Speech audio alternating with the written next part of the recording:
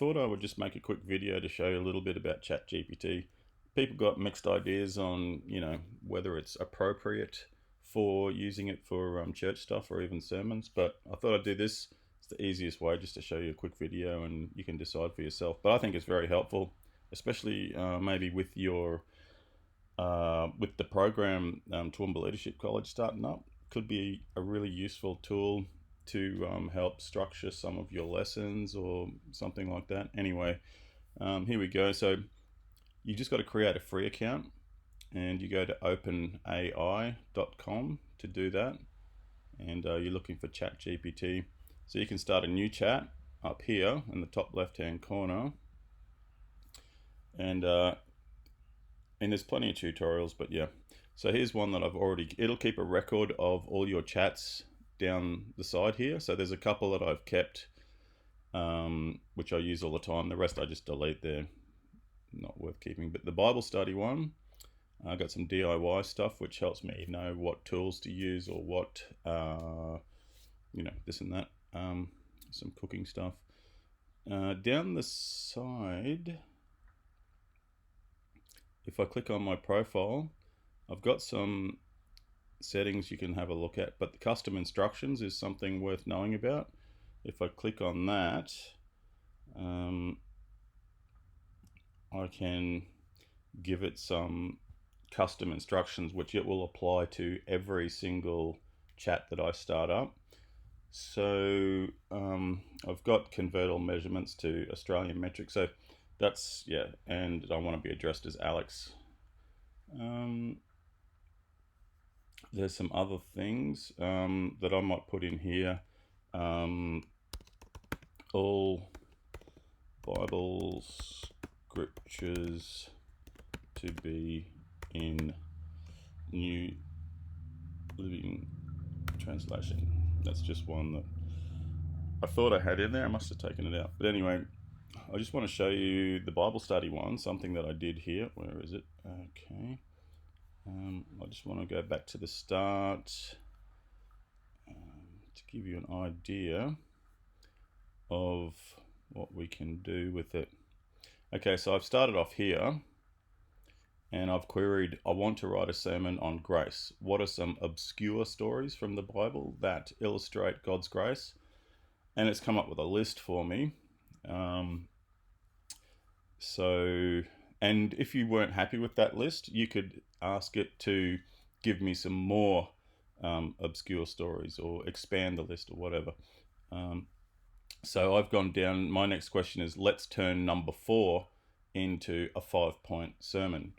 So number 4 was the Ethiopian eunuch from Acts.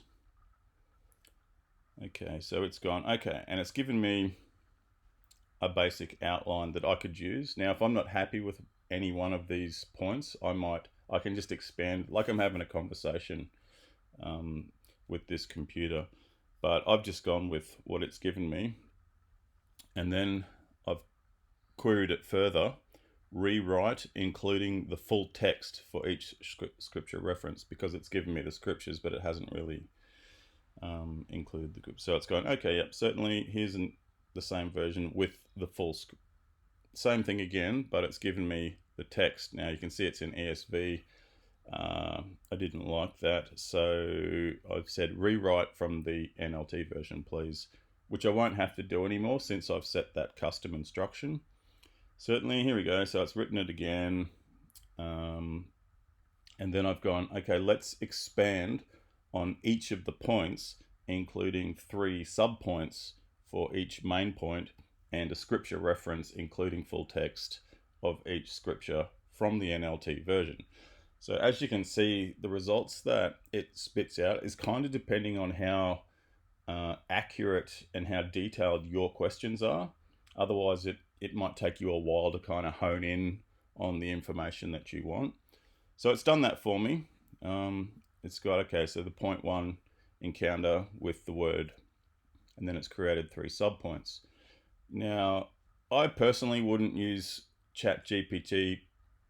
I mean, at the end of this, you could actually go, now transform, like rewrite this outline as a word for word sermon that I could memorize, and it would actually do that for you. You could then query it, rewrite this in a more casual tone. It would rewrite it in a more relaxed tone, or you could make it more official, or you could ask it to rewrite it in a style that's more suitable for Pentecostal people, or something like that. I personally would not go that far with it. Um, but yeah, I might rely on this structure forming idea. Now I could with if I didn't like these subpoints or these scriptures, I could ask it to rewrite subpoint 2. Give me a different option for subpoint 2 from point 3, and it might give me a list of options I could choose for to include in there. So you do have complete control, really, of what goes into the output. So yeah, I've come and I think it got stuck somewhere. Yeah, it can be a bit slow at different times of the day. Usually it's fairly instantaneous. So I just wrote, "You didn't finish your last answer," and it's gone, "Oh yeah, okay, sorry," and it's rewritten everything from the start. I even went as far. Now you don't have to do this, but just to give you an idea, I said I'd like to include a family-friendly joke that is relevant to the sermon at the beginning to break the ice. I mean, this is, yeah, it's a bit of fun, but it's given me a joke. I didn't get the joke, so I asked it to try another one. I still didn't get it. Anyway, I got a little bit off track. But as you can see, I think it can be a very useful tool and this probably took me all of 2 minutes to do. And I got a pretty good structure. I've used it to help me write my own testimony. I set it up to actually act as an interviewer. I said, ChatGPT, I'd like you to pretend that you are interviewing me about my life, asking questions, etc. And it did that. And so it started gathering information. It would ask me questions, I'd provide the answer. And then I asked it to take all of that information and put it together in a cohesive kind of story. And then you can do things like, okay, rewrite it into a one paragraph summary, which it did. I then used that summary and pretty much reworded it myself, but it gave me some little clues as to which way I wanted to go with it or how to kind of structure it.